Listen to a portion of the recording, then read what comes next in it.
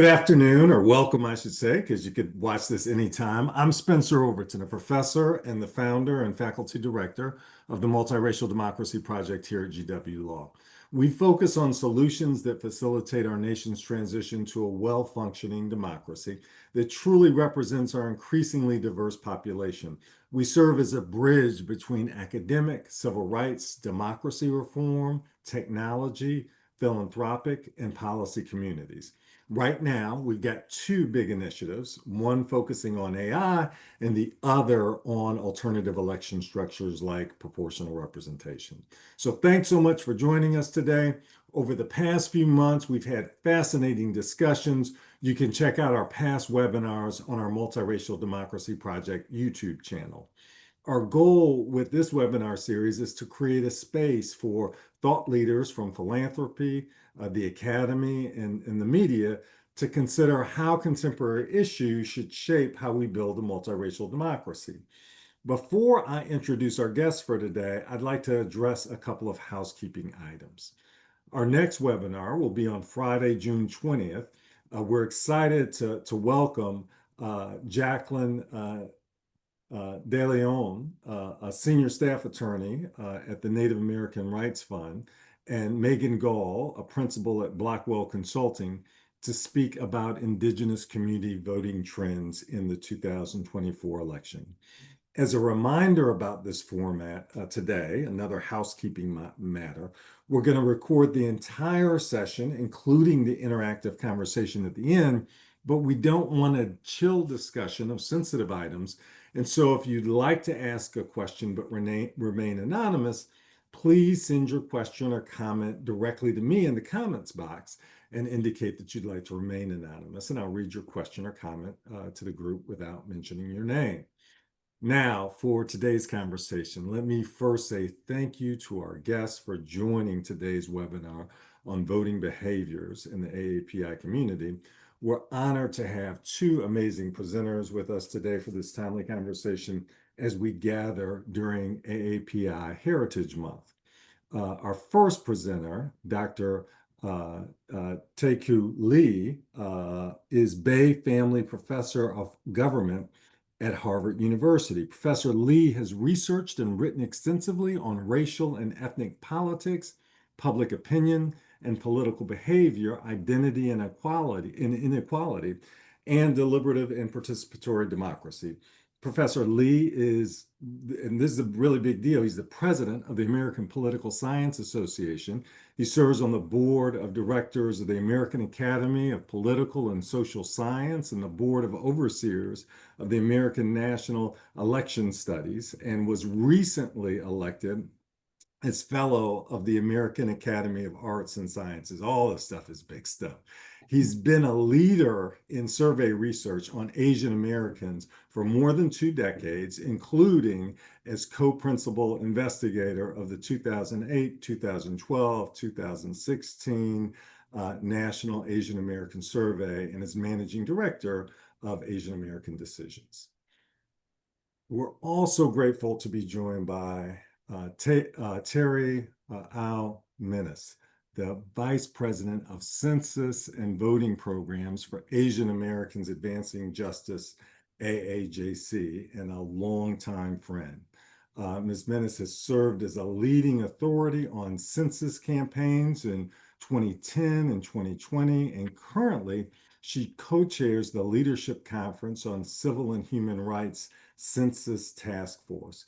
In addition, she's published several articles in all 4 editions of the ABA Elections Handbook, and she's been counsel on numerous amicus briefs filed before the Supreme Court on voting rights cases, including Shelby County versus Holder. So to begin today's presentations, Professor Lee will share some of his own research on the voting behaviors and key issues of interest in the AAPI community in the 2024 election. Following him, we'll pass it over to Ms. Minnis to share with us her insights on some fascinating data collected during a 2022 post-election survey. Thank you both for being here today. And without further ado, Professor Lee, please take it away. Great. Let me just share my screen here. Um, Everyone can see that, I hope. It's a real pleasure to present some findings and thoughts related to the 2024 election and the AAPI community as part of the multiracial democracy project's Democracy in Color speaker series. I've got a lot of content to share, so let me dive right into it. First, let me note at the outset that I'm going to use the term AAPI as shorthand for Asian Americans and Native Hawaiian and Pacific Islander populations collectively. But in many instances, the data that I'm going to share are only available for Asian Americans. And in other instances, the data are available for all AAPIs, but do not allow me to disaggregate statistics separately for NHPIs or allow me to disaggregate the data separately for Asian Americans in their ethnic subgroups, all of which is very important. And given that this is AAPI Heritage Month, I think it's always good to holler a little bit about the importance of more high quality data on AAPIs and enough of it that you can disaggregate data for Asian Americans and Native Hawaiian and Pacific Islanders separately. So given that I've got a bit of time, I'm going to start with a run-of show of what I'm going to share with you today. I'll start with the big picture on APIs in the 2024 election. Specifically, I'll try to put the 2024 vote in a broader context of changes that have been happening with the API electorate over time. Then I'll do a deeper dive into the moving pieces of the AAPI vote in the 2024 election. When you disaggregate the electorate into different demographic subgroups, what is the story that you see about AAPIs and 2024? Next, I'll share some findings on the extent and sources of voter registration and turnout outreach to the AAPI community in 2024. Then I want to open a space to consider what I think was really the background before the election results came in, which was a broad multiracial consensus about what Americans wanted from government and what they feared about a second Trump presidency going into the voting booths in 2024. And then finally, I want to close by foregrounding the threats to the AAPI community in the current administration. We know that AAPIs were a targeted community in unprecedented numbers in the first Trump administration, partly in relation to COVID-19. And those worries and threats continue to be very clear and present today. So to the big picture on 2024 and the AAPI electorate. We all know that the size of the AAPI electorate is growing, but it's good to put some numbers behind that. So the eligible AAPI electorate has grown from more than 5 million in the year 2000 to more than 14 million by 2024. That is the red line that you see here showing steady growth. Of course, not everyone who is eligible to vote will turn out, and that is a crucial unknown from election to election. The percentage of AAPIs who are eligible to vote who show up and cast a ballot is shown in the blue line. And here too you see steady growth since 2000, especially after the 2016 election of Donald Trump. You see a massive increase in turnout rates for AAPIs in the year 2020. Now that high watermark may have peaked in 2020 and then dipped or maybe plateaued in 2024. So in 2020, 60% of eligible AAPIs turned out to vote, and in 2024, that number fell slightly down to 57%. It's important also to note here that in terms of total number of AAPIs who turned out to vote, there continued to be an increase even in 2024. So in 2020, roughly 6.9 million AAPIs voted, and in 2024, based on the Census Bureau's current population survey estimates, which were recently released, the number of AAPIs who turned out to vote in 2024 was 7.3 million voters. So about 400,000 more AAPIs voted in 2024 than did so in 2020, even if the percentage among those who were eligible decreased slightly. To put these turnout numbers for AAPIs in a broader context, if you go back in time to 2000 and earlier, a major concern for the prospects of a multiracial democracy was the seemingly stubborn turnout gap for AAPIs and Latinos.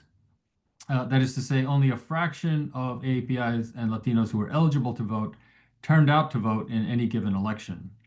And that fraction was far lower than found for whites, especially, but also African Americans.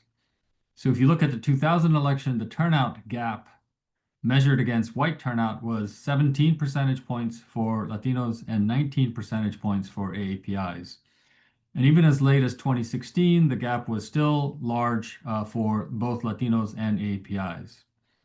In 2020, that gap narrowed for AAPIs down to 9 percentage points, while it remained unchanged for Latinos. But in 2024, what you see is a, again, yawning gap up to 14 percentage points for AAPIs and up even higher to 20 percentage points for Latinos. From these current population survey estimates, I would say there's clear evidence of white voter mobilization since 2016 and a demobilization of AAPI, Latino, and African American voters between 2020 and 2024. And this is a clear worry looking ahead to 2026, 2028, and beyond, especially in the context of voter suppression campaigns in states with Republican majority legislatures. Finally, we all know the outcome of the 2024 election, but some context is important here with respect to the AAPI vote. A key part of that context is that over a roughly 2 decades period, AAPIs shifted quite dramatically from a more Republican electorate to a swing voter electorate to a solidly Democratic vote, peaking at 73% voting for Barack Obama's second term in 2012. Since that 2012 election, however, AAPI support for Democrats has been eroding. According to mainstream media exit polling from the high watermark of 73% in 2012 to just 55% in 2024. And that is a very large shift over the last 3 elections. Now, there are some important caveats to this estimated size of the drop-off. First, what I don't show in this slide is the Democratic vote share for AAPIs in midterm elections. And in 2018 and 2022, the alternative election eve polls that I have been part of estimate that 70% and 66% of AAPIs voted for Democratic candidates for Congress in those elections. So if you include those midterms, the drop-off is not as dramatic. Second, as you see on the right table, the National Election Pool exit poll data here are near the bottom of the many different estimates of Democratic vote shares for AAPI voters in 2024, right next to the other mainstream media exit poll from AP NORC. But the range here is from 54% to 61%. And here I should note that mainstream media exit polls have known deficits and biases in their reported vote share for racial minority groups because their sampling design is simply not meant to get the most precise possible estimates of those groups. And those biases typically underestimate Democratic vote share for those communities. Meanwhile, the ANES is the gold standard of academic surveys for elections, and they estimate the vote share to be 60% for AAPIs. And the American Electorate Voter Poll that I was co-lead on in 2024, which is designed to get better, less biased estimates of voters of color, have the vote share for AAPIs estimated at 61%. Nevertheless, I think there's a clear trend here, and the trend is a move away from voting for Democratic candidates for president in the last 3 elections. So why might that be the case? I, of course, don't have a definitive answer, or at least an answer I'm willing to defend here today, but I do have some clues to what the answers might be. And to get there, let's dig a little bit more deeply into the AAPI vote in 2024. Now, these next slides that I'm going to show are from the 2024 American Electorate Voter Poll, which was a survey of more than 9,000 registered voters that we were sure had voted or would vote, and they were interviewed between late October and early November 2024. The sample included nearly 1,800 Asian Americans and Pacific Islanders, a large enough sample to disaggregate the estimates for the 6 largest Asian American subgroups and separately for Native Hawaiians and Pacific Islanders. That poll's main sponsors, I should note, were Asian Americans Advancing Justice, AAJC, and the Asian American Foundation. Now, we estimate that our poll had between a 2.5 and 3 percentage point bias in a pro-democratic direction, so please keep that in mind as I share these next few slides. So that said, this slide shows that our vote choice estimates, disaggregated by ethnic subgroups, show that for the most part, AAPI subgroups remain very solidly Democratic in their votes for president, with 2 exceptions, Chinese Americans and Filipino Americans. Both groups voted majority Democratic, but by smaller margins than we have found in previous elections. One of the interesting questions going forward is why it might have been the case that these 2 groups in particular seem to have moved in a more pro-Republican direction in 2024. Here I should also note that while Indian Americans voted 2-1 for Harris over Trump, South Asian Americans used to be the most Democratic subgroup, voting Democratic as high as 80 percentage points and plus.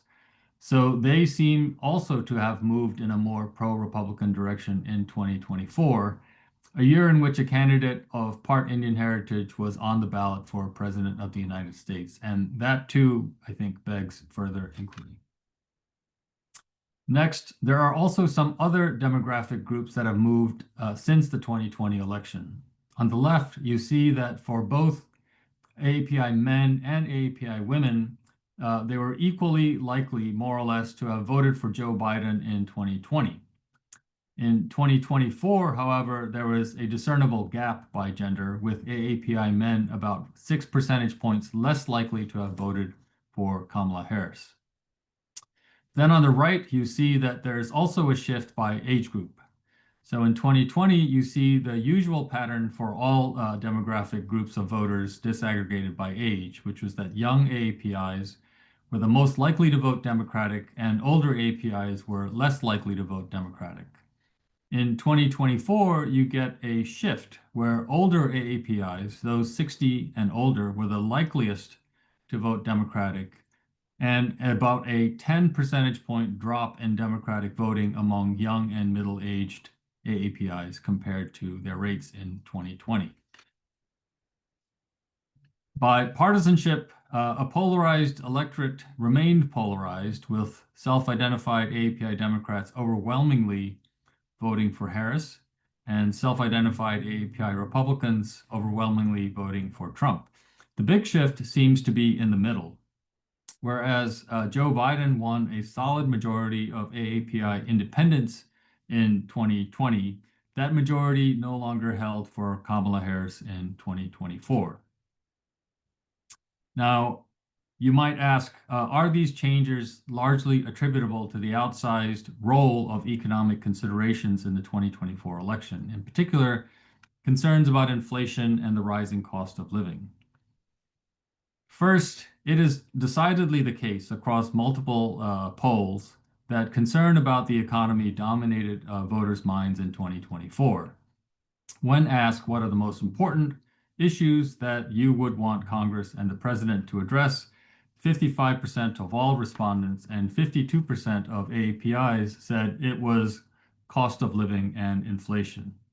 And an additional 28% said jobs and the economy in general.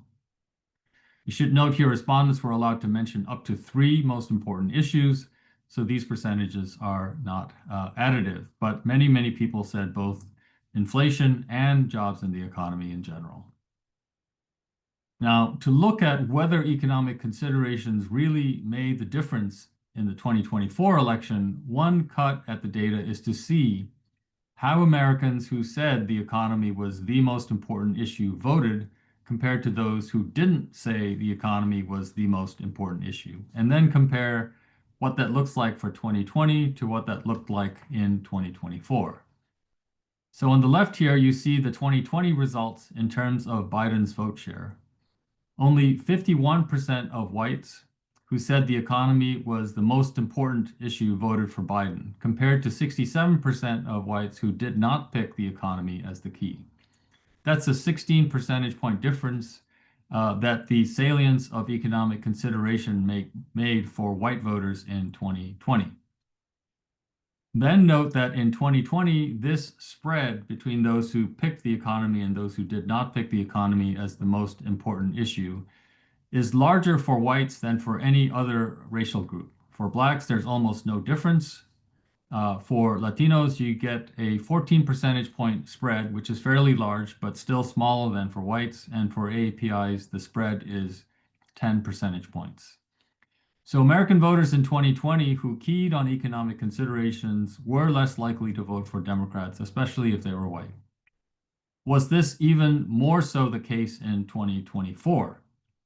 Well, for whites, the answer is decidedly yes. For white 2024 voters, only 33% who said inflation was the most important issue voted for Kamala Harris, compared to 56% of whites who did not mention inflation. That is a huge 23 percentage point spread, bigger than in 2020. So if you just looked at white voters, you could say that economic considerations were pivotal. But what about for other racial groups? For blacks, there is again very little difference between those who said inflation was key and those who did not. For Latinos, the spread is 7 percentage points, which notably was smaller than it was in 2020. And for Asian Americans, the spread is slightly bigger than it was in 2020, but at 12 percentage points, much, much smaller than the spread that you find for white voters.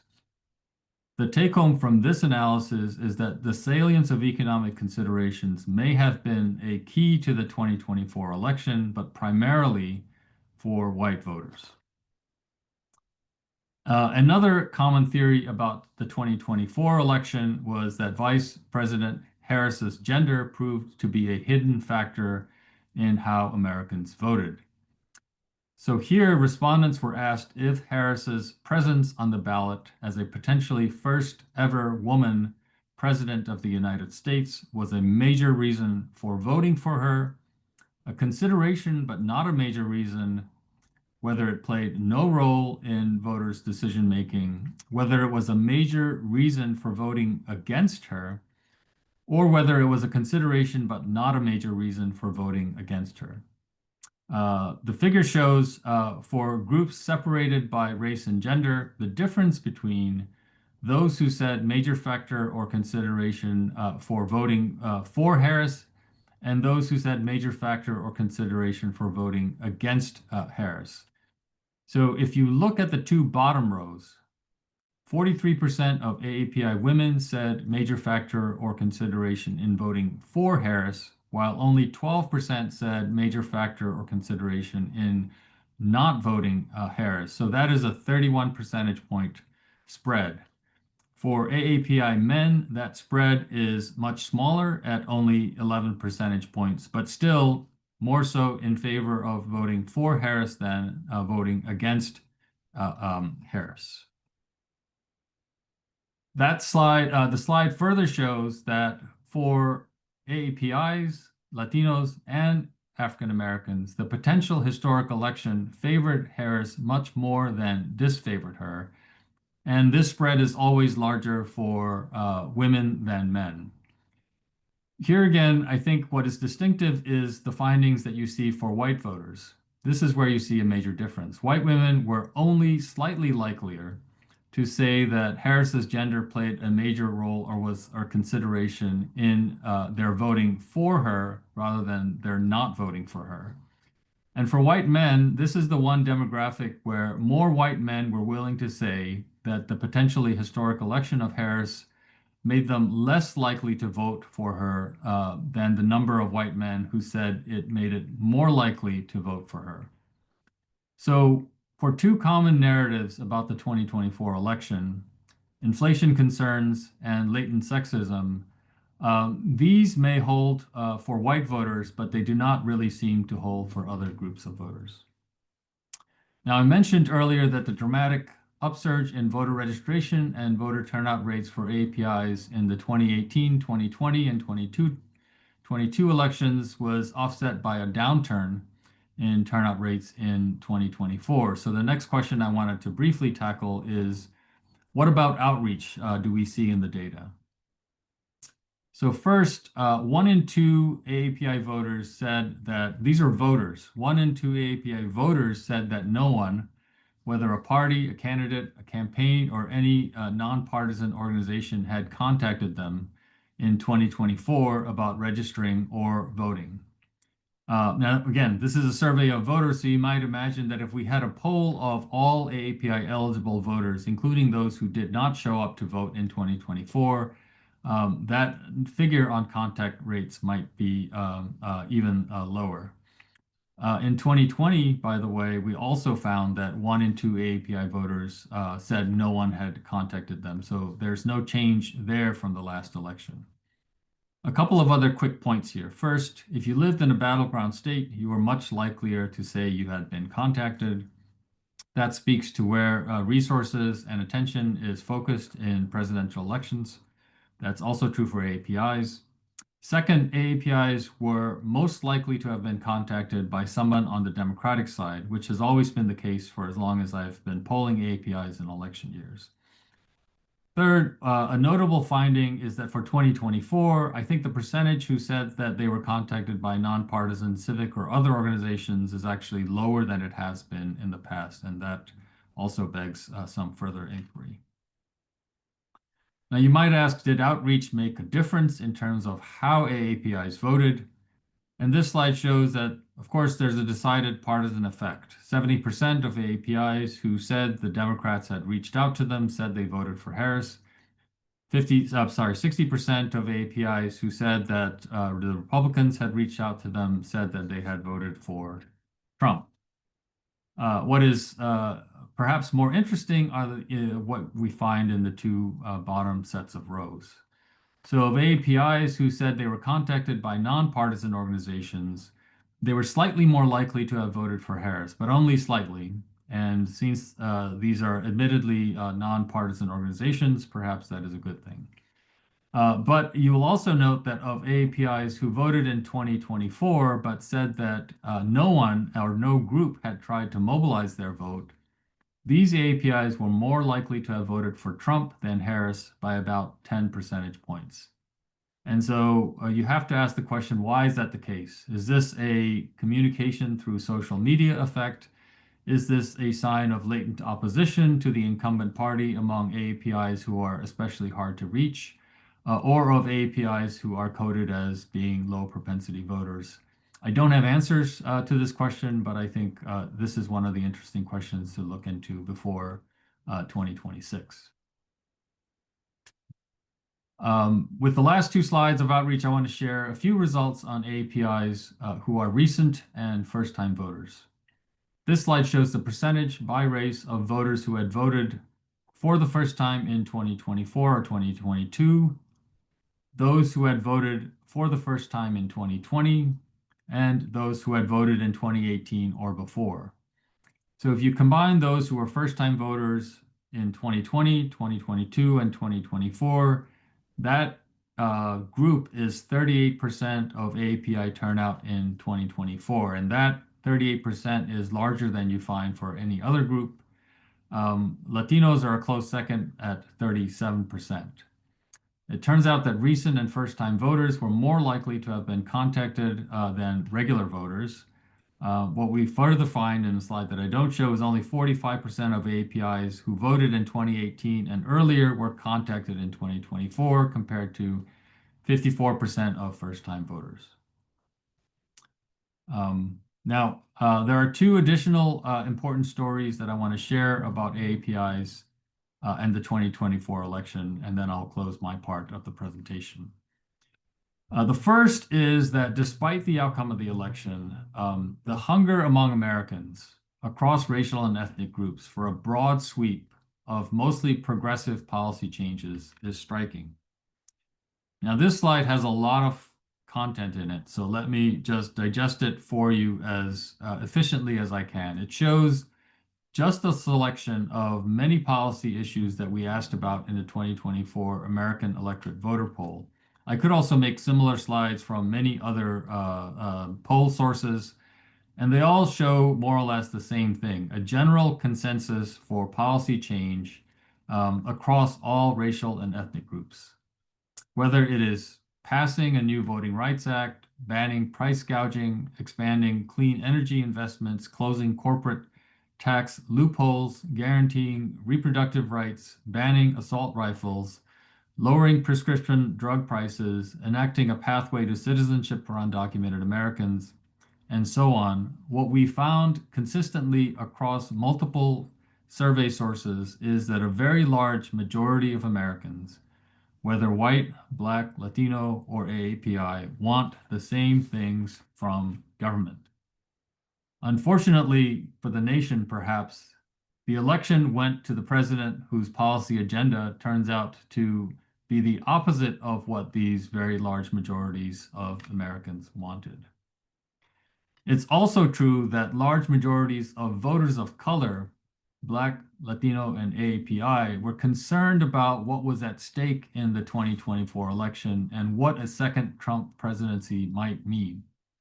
So here you see that strong majorities of Black, Latino, and AAPI voters were worried that Trump would promote hate and division and encourage violence and bloodshed. African American voters in particular were concerned about this prospect.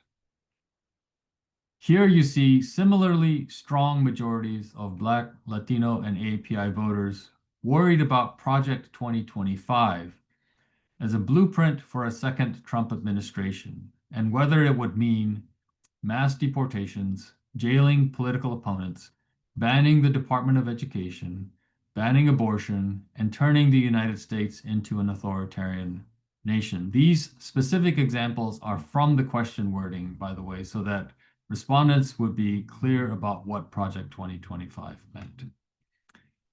You also see similarly strong majorities of Black, Latino, and AAPI voters worried about a Supreme Court that has become too politicized and too willing to do a sitting president's bidding.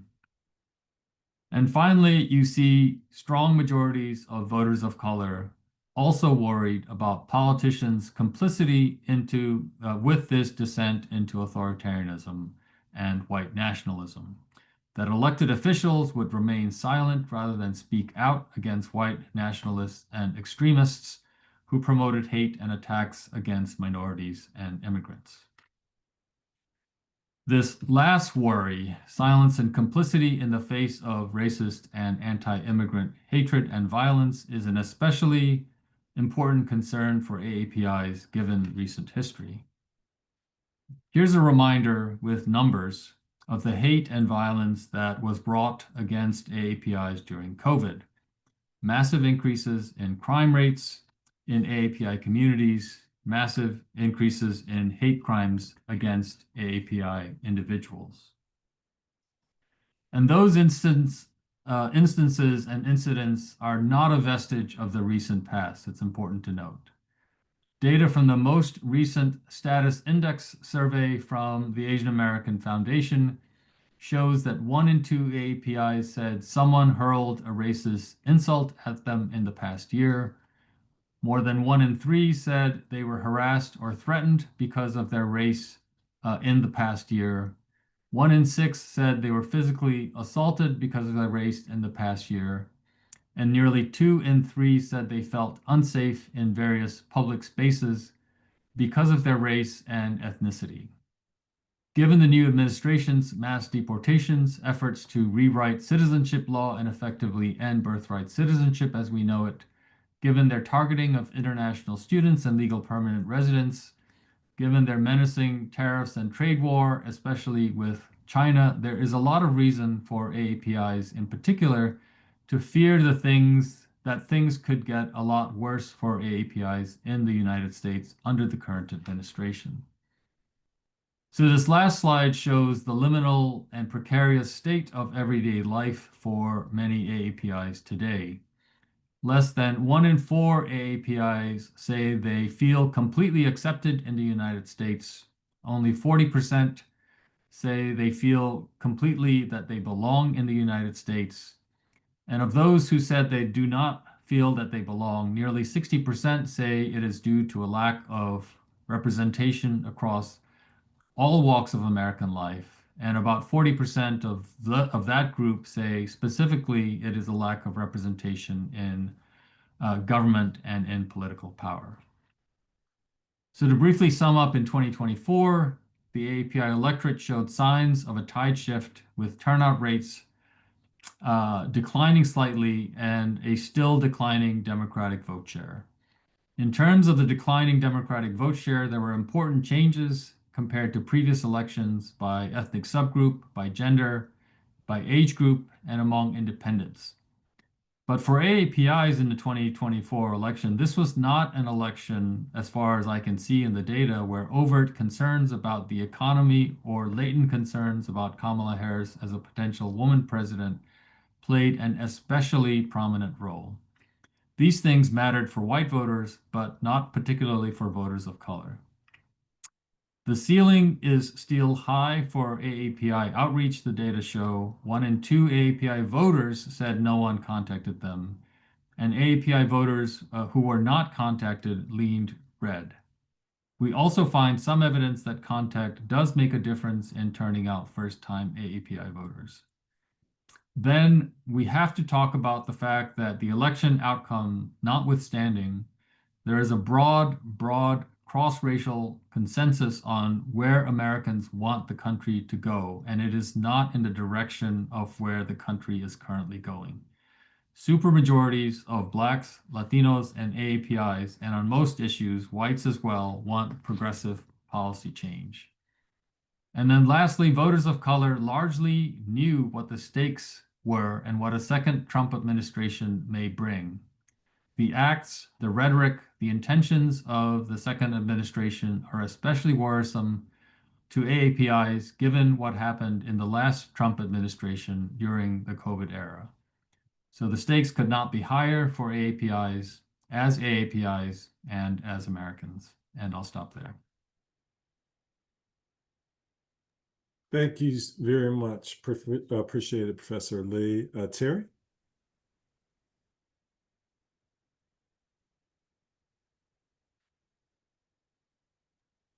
Thank you, Professor Overton. Thank you, Professor Lee.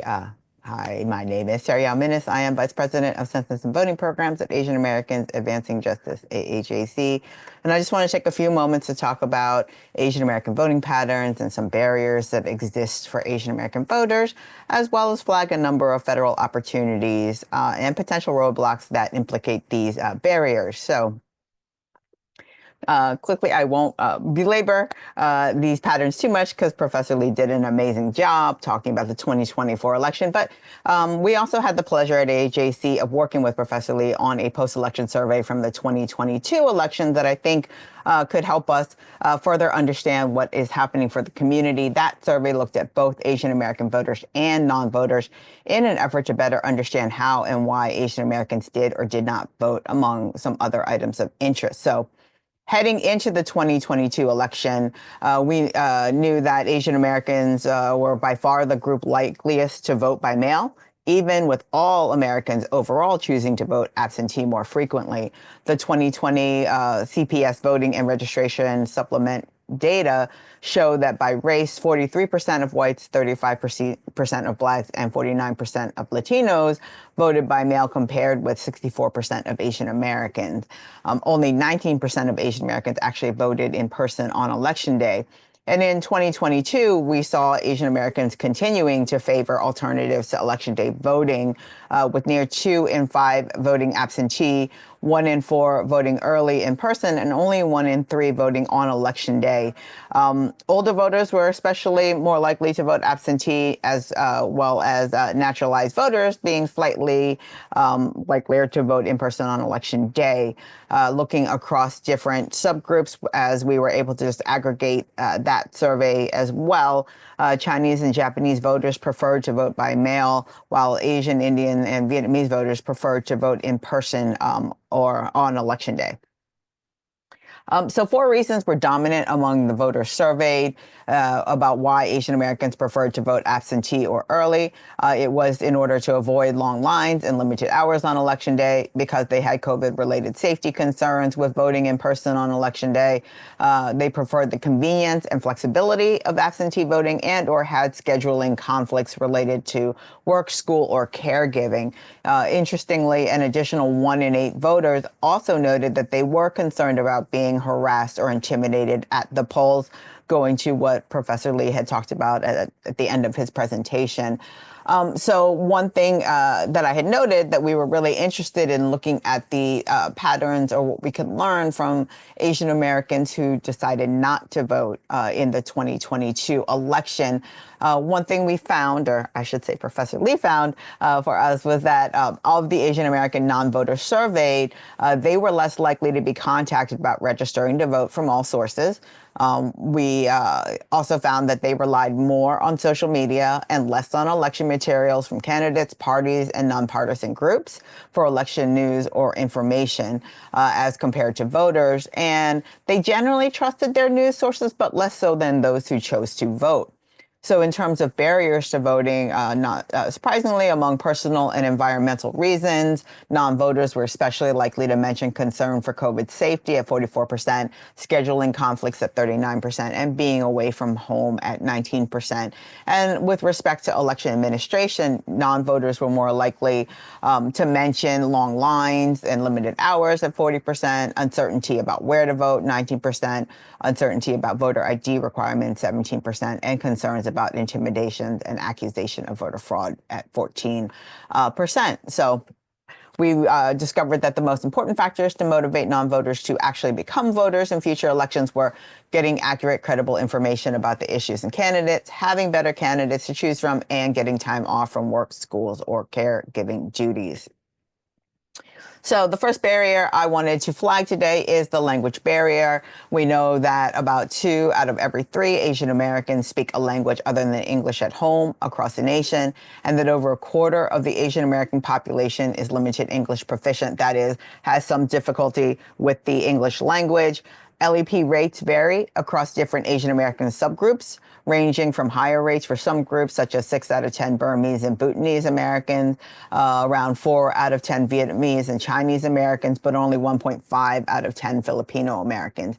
And you can imagine for LEP voters, the language barrier can pose an obstacle to voting.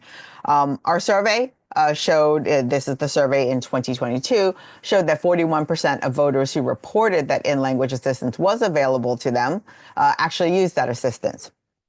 Asian Americans with a high school degree or less were more likely to use in-language assistance than those with a college degree, as were Asian Americans who earn less than $40,000 in annual household income, as compared to those earning more than $100,000. And of course, for those who primarily spoke in Asian language at home, they were also more likely to use the assistance. For respondents who indicated that they did not have language assistance available when they voted, 39% indicated that such language assistance would have been helpful.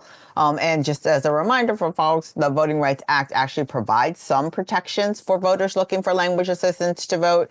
Section 203 of the Voting Rights Act, of course, requires jurisdictions that meet a certain threshold to provide language assistance during the election process. Determinations about which jurisdictions are covered happens every 5 years, with the last set of determinations being made in 2021. At that time, Asian languages became covered in 32 counties, boroughs, census areas or cities across 14 states. And Section 208 of the Voting Rights Act also provides any voter who needs assistance for reason of blindness, disability, or the inability to read or write English, including LEP voters, the right to get assistance from the person of their choice, so long as that person is not their employer or their union representative. And while these provisions have provided protections for LEP Asian American voters, there have also been issues around noncompliance and spotty implementation of Section 203 and, frankly, the misapplication and lack of knowledge of Section 208 by poll workers. So the large number of Asian Americans who speak a language other than English at home and or are limited English proficient face difficulties with voting because of this language barrier, right? We know that voting materials are too complex. An analysis of voter materials, including voter registration and ballot measures from all 50 states, revealed that they are consistently written at high school or college levels and use complex English, such as containing longer sentences and words, as well as complicated vocabulary and grammar. Compare this to naturalized voters, where the level of English needed to become a citizen is generally more at an elementary school level. Second, the voting process itself is complicated, especially for those who are voting for the first time as newly naturalized citizens, who really need to learn the new daunting, complex election processes in America. Language minority voters can also be denied assistance at the polls, with poll workers not understanding what rights they have regarding language access. And finally, they may experience discrimination through hostile and unwelcoming environments, as well as the blatant denial of their right to vote from both poll workers and outside actors, such as vote challengers targeting limited English proficient voters simply for their accents. These barriers, of course, can turn language minorities away from participating in the political process and lead to depressed voter participation. I will go through these slides really quickly because I think Professor Lee's slides were much prettier and more in detail. But again, we know that there is an ongoing, persistent double-digit gap in voter participation between Asian American voters and non-Latino white voters. That is both in voter registration and voter turnout. And this holds true whether we're looking at midterm elections or presidential elections. So, as Professor Lee had mentioned, another barrier is actually the anti-immigrant sentiments that we see happening against Asian Americans. Asian Americans are a highly immigrant population, with most Asian Americans in the United States born in a different country at a rate of 68%. In comparison, among all U.S. adults, only 17% are immigrants. And among the largest ethnic group, Asian Indian American adults have the highest share who were born abroad at 83%, while 30% of Japanese American adults are immigrants. We also know that Asian Americans naturalized at some of the highest rates. 64% of Asian American immigrant adults were naturalized U.S. citizens in 2021, and that is compared to 55% of all U.S. immigrants being naturalized citizens. And again, of course, we see differences among the subgroups. And I think interesting to note, too, among immigrant adults, we know that about half have lived in the U.S. more than 20 years, and roughly 1 in 4 arrived in the past 10 years, and about 23% have lived in the country between 11 and 20 years. How long Asian immigrants have lived in the U.S. varies depending on origin. Roughly 2/3 of Korean immigrant adults arrived in the U.S. over 2 decades ago, about half or more. Vietnamese, Filipino, Japanese, and Chinese immigrants have been in the country more than 20 years. But on the other hand, we see Asian Indian adults are most likely to be recent arrivals. So what this means is, of course, we see these numbers derive in large part due to the problematic immigration laws of this country, both historically and, as Professor Lee noted, more recently, right? The racist laws barring Asian Americans from entering or staying in the country, owning land, or voting, among other exclusionary laws, were often based on the perception and fear of Asian Americans as outsiders and perpetual foreigners, and the attendant perceived political threat to the status quo. These problems continue to manifest today and are likely to worsen because of the demographic shifts that we're seeing across the nation. The othering and perpetual foreigner stereotypes have resulted in racist attacks on Asian American candidates, as we saw during the 2017 local statewide elections in New Jersey. First, in Edison, New Jersey, we saw 2 Asian American school board candidates being targeted with anti-immigrant mailers that said, quote unquote, "Make Edison great again," and called for their deportation. The mailers further said that, quote, "The Chinese and Indians are taking over our town," end quote, and, quote, "Chinese schools, Indian schools, cricket fields, enough is enough," end quote. We also saw in Hoboken, New Jersey, the 6th mayoral candidate being targeted with racist flyers placed on car windshields with messages of, quote, "Don't let terrorism take over our town," unquote, above his picture. We've also seen attacks on voters, including voter challenge schemes that targeted Asian American voters for suspicion of being ineligible to vote solely for the way they looked, the sound of their names, and or their accents, including an incident in Bayou La Batre during the 2000s. We can also assume that the attacks on Asian American candidates have a downstream effect on Asian American voters with their unwelcoming message and their implicit or sometimes explicit statement that they, the Asian Americans, whether that's candidates or voters, are not wanted, and that our, meaning the American democracy, is not for them. I've previously noted issues around language access and how that is derived directly related to discriminatory behavior and suspicion of limited English proficient voters. And finally, though not a new issue or effort, we are seeing an increased push to require documentary proof of citizenship in order to register to vote. So the current most prominent effort to that effect is the so-called Safeguard American Voter Eligibility Act, also known as the SAVE Act, which would require all Americans to prove their citizenship status by presenting documentary proof of citizenship in person when registering to vote or updating their voter registration information. Specifically, the harms of this unnecessary bill includes upending online voter registration, making it impossible to mail in a registration application, and eliminating voter registration drives. It is burdensome and extreme. It wouldn't allow folks to register using military IDs or tribal IDs alone. For people whose names have changed, such as myself, which is part of the estimated 68 million married women, would be unable to use birth certificates to prove citizenship. And let us not forget, it is expensive to secure underlying documentary proof of citizenship, particularly for naturalized citizens, and not just in terms of the actual cost of the documents, but the time needed to actually secure these documents. And looking at the data points from prior, we know that this bill would have an outsized effect on naturalized citizens and therefore Asian Americans. Also, the current administration issued an executive order focused on requiring documentary proof of citizenship, among other things. I will also note this executive order also bars states from accepting mail-in ballots after Election Day. And while this executive order is currently being litigated, I will note that this restriction on mail-in ballot issues is sort of indicative of a suppression tactic that is gaining more and more traction. We're seeing efforts to restrict or remove opportunities to vote by mail, the availability of drop boxes, the availability of no excuse absentee voting. All of these restrictions or removals are on the rise, and we know these will have an outside effect on voters of color, including Asian Americans, who have the highest rates of usage of vote by mail.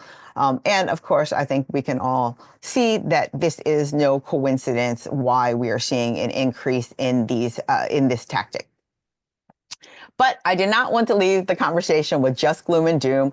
I wanted to quickly lift up some important bills that have been introduced either in this Congress or in recent Congresses. They really go to one of the points that Professor Lee had raised about large support across all demographics in the 2024 survey for improved and a new Voting Rights Act or Voting Rights Bill, really increasing the franchise for all Americans. So first and foremost, we have the John R. Lewis Voting Rights Advancement Act. This was reintroduced in the House of Representatives in March of this year. has not yet been reintroduced in the Senate, but this bill would restore and modernize the Voting Rights Act of 1965. Is more critical as every day passes and more rogue courts do more harm to voting rights. And of course, the initial impetus for the Voting Rights Advancement Act was to address the horrific Shelby County v. Holder decision by the Supreme Court back in 2013. We also had the Freedom to Vote Act, which was introduced in previous Congresses and presumably would be introduced at some point. And this would provide many different opportunities to expand access to the ballot, modernize voter registration systems, and other important democracy matters. And then finally, I wanted to note that there was a bill that was introduced in the 117th Congress, the Expand the Vote Act, that passed the Judiciary Committee via a bipartisan markup. And the bill would, among other things, provide funding to jurisdictions to provide more language assistance than what's required by Section 203. And that is really encouraging voluntary language assistance by jurisdiction. So I think it's really important for us, and I will be closing with this, to remember that this work has its ebbs and flows. We have roadblocks and opportunities that come and go, and we really do need to simultaneously work on fighting back against efforts to disenfranchise voters of color and pushing forward innovative ideas to help break down barriers and improve the franchise for all. And with that, I will pass it back over to you, Professor Overton. Thank you so much, Terry. And, as I wrap us up, I want to thank you all for joining us. Normally we do Q&A, but, really content rich, great session here. So we're not going to do that today. I want to thank Taeku and Terry for sharing their insights, their experiences. Thanks also to our executive director, Lisa Bornstein, for her leadership in organizing this event, and Joseph Ricard for organizing all the details. So we look forward to seeing many of you next month on Friday, June 20th, to talk about Indigenous voting patterns. Thanks so much for joining us. Thank you.